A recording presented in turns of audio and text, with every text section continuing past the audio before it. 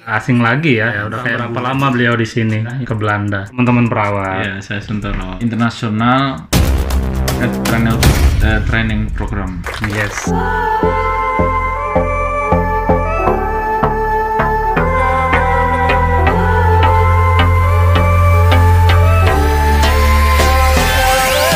Assalamualaikum warahmatullahi wabarakatuh, Sobat Mantri Fun Patrol.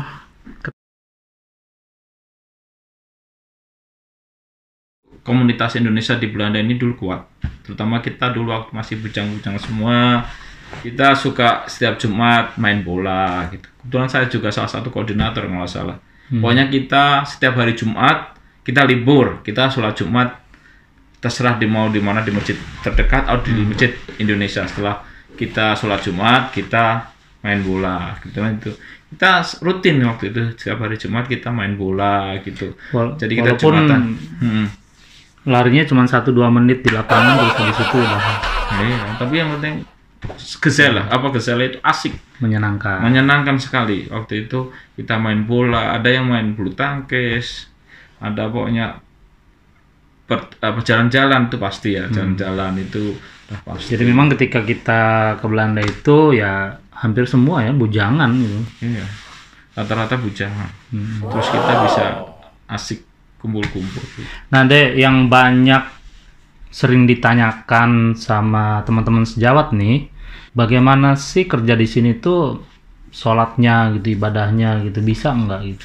Justru waktu pertama kali, waktu dulu kerja di Belanda ya, saya kaget kalau kita minta dan kita jujur sama ruangan atau sama bos kita, tempat kita kerja, kita minta libur misalkan ya, tiap hari Jumat. Dikasih.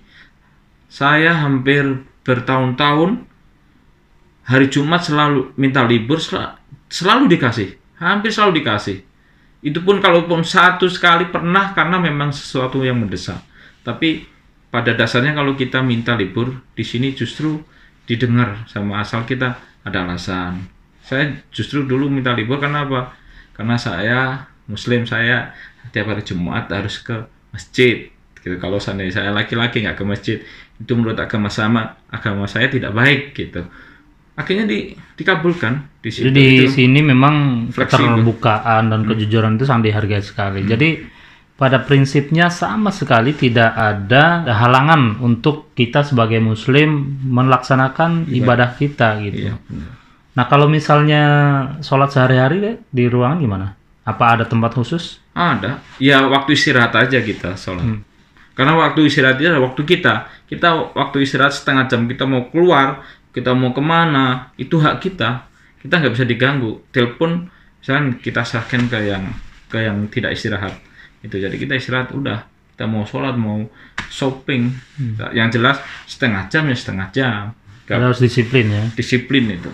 So jadi teman-teman perawat Muslim ya yang mungkin barangkali juga pengen ke Belanda, jadi jangan sampai kepikiran bahwa, karena saya juga memang mungkin sempat ya dulu sebagai Muslim di Indonesia itu kan kita berpikirannya pengen ke Timur Tengah aja supaya ibadahnya gampang apa segala macam gitu.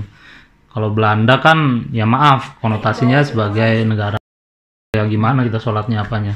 Jangan salah, karena 1% dari penduduk Belanda itu adalah Muslim dan komunitas Muslimnya Maroko, Turki, juga Indonesia banyak banget.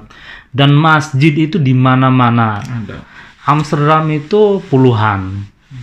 Rotterdam, Den Haag, kota-kota besar. Bahkan wali kota Rotterdam, wali kota Arnhem itu juga seorang Muslim. Abu Thalib ya. Kan puasa itu kadang kalau saya kerja dulu bilang, kolega bilang, kalau kamu kerja nggak bagus itu, kamu puasa nanti kamu ini.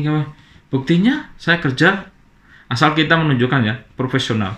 Kita walaupun puasa, kita tetap kerja secara profesional, sesuai aturan, sesuai dengan protokol yang ada di ruangan, misalkan gitu. Kita tunjukkan bahwa kita tidak loyo. Kalau kita di depan kolega, misalkan kita selalu fit, padahal kita puasa, ya bos, kita selalu fit buktinya. Tapi kalau nggak ada kolega, ya udah misalnya, gitu, nggak masalah, nggak apa-apa. Tapi untuk memberikan image kepada kolega bahwa ternyata puasa itu tidak lagi kita untuk bekerja sebaik mungkin, semaksimal mungkin. Buktinya misalkan ya kita tetap bekerja profesional, kita tetap fit, kita nggak loyo gitu, seperti itu.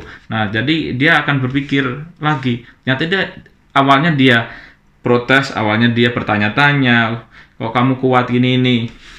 Terus akhirnya setelah kita menunjukkan bahwa kita selalu fit dan kita profesional, kita sesuai dengan aturan bekerja di situ, akhirnya lama-lama kolega nggak ada yang protes. Ternyata dia sangat menghargai kita. Oh, ternyata iya, kita tergantung niat kita, tergantung usaha kita, tergantung kita tetap kita menunjukkan bahwa kita Muslim. Tapi kita Muslim itu tidak akan dengan kemusliman kita, dengan ketaatan kita terhadap agama, menjalankan puasa kita tidak mengganggu pekerjaan kita. Itu intinya. Puasa di sini kan apalagi kalau pada saat musim panas itu cukup lumayan berat, bisa 19-20 jam ya puasanya. Tahun yang lalu ya. Iya. Nah, memang harus pintar-pintar kita juga ya, harus mengatur. Memang mungkin awalnya berat, tapi insya Allah ketika sudah kita lalui, maka kita juga akan terbiasa. Kembali lagi pada tadi, saya dulu pengennya ke Timur Tengah, ibadahnya gampang, dan juga bisa berhaji. Nah, jangan salah, beliau ini sudah melaksanakan ibadah haji dari Belanda, guys. Jadi gimana pengalaman haji?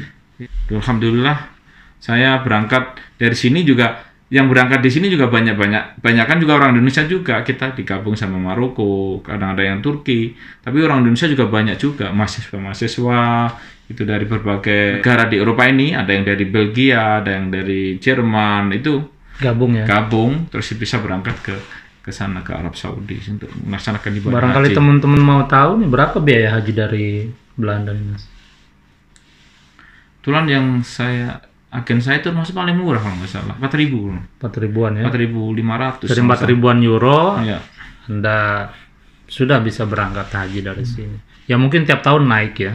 Iya. Tapi nanti juga tergantung fasilitas tentunya. Iya. Itu. Tapi termasuk alhamdulillah di sini yang berangkat dari Belanda sini, informasi teman-teman yang dia berangkat dari berbagai agen itu hotelnya tidak jauh dari Masjidil Haram. Ada yang dekat sekali di menara itu, jam itu ya, tower. Terus pokoknya bisa melaksanakan sholat sehari-hari, sholat 5 waktu di Masjidil Haram.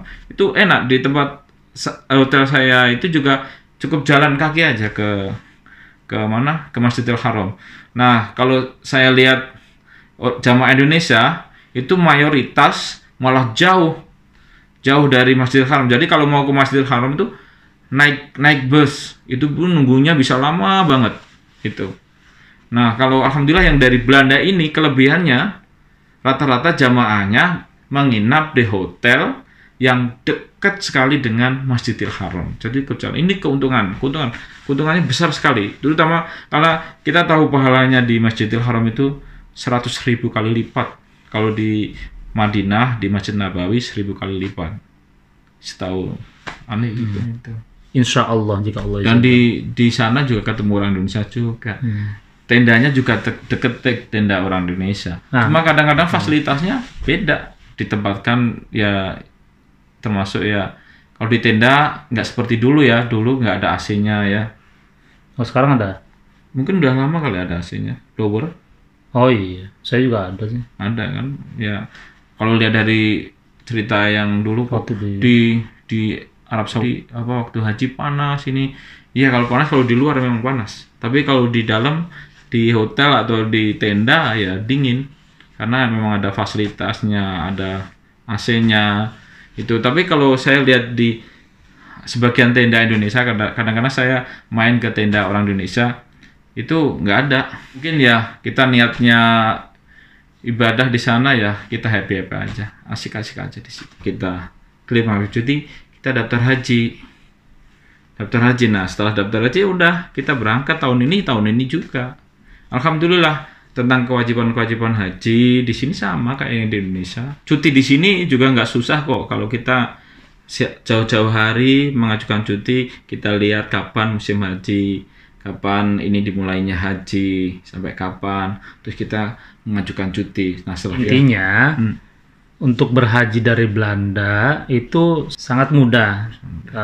Ya kita atur cuti kita, kemudian dari peraturan pemerintah ya sama sekali tidak ada halangan. Bahkan manasik haji banyak keuntungan kalau dari sini. Karena apa? Karena tidak ada kuota seperti di Indonesia ya. Kalau di Indonesia kan sampai harus menunggu puluhan tahun. tahun. Di sini begitu Anda punya uang, bisa nabung, punya uang, ya keluar bulan depan udah bisa berangkat. Gitu.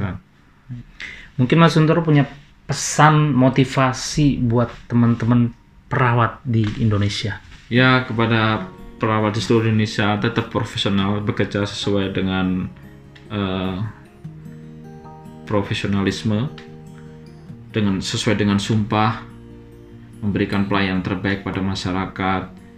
Kita sabar, profesional, jangan lupa selalu update tentang ilmunya. Terutama karena di profesi perawat itu kan biasanya setiap tahun selalu berkembang. Makanya ada namanya uji kompetensi ya. Seperti itu. Dengan situasi sulit seperti ini, ya mudah-mudahan tenaga kesehatan diberikan kekuatan, amin, supaya tetap bekerja dengan baik dan diberi kesehatan, termasuk pada tenaga kesehatan dan keluarganya juga. Dan mudah-mudahan juga pemerintah memperhatikan betapa besar sekali jasa tenaga medis kita, tapi harus diimbangi dengan juga penghargaan, berusaha ya, perhatian, terutama gaji, terutama ya kesejahteraan tenaga kesehatan, karena menurut saya kesejahteraan tenaga kesehatan di Indonesia itu sangat kurang sekali. Itu yang sudah bekerja mati-matian siang dan malam, ibaratnya seperti itu, menolong orang sakit, membantu orang sakit, belum lagi yang di daerah-daerah yang minim fasilitas, tapi kesejahteraan tenaga kesehatan atau pendapatan gaji itu sangat rendah. Saya kira masih sangat rendah sekali. Itu. Betul. Oke, Mantrifan Patrol, jangan lupa subscribe karena video-video kita akan datang bakal menghadirkan juga teman-teman Indonesia perawat lain yang hebat-hebat yang bakal memberi inspirasi, motivasi ke kalian semuanya.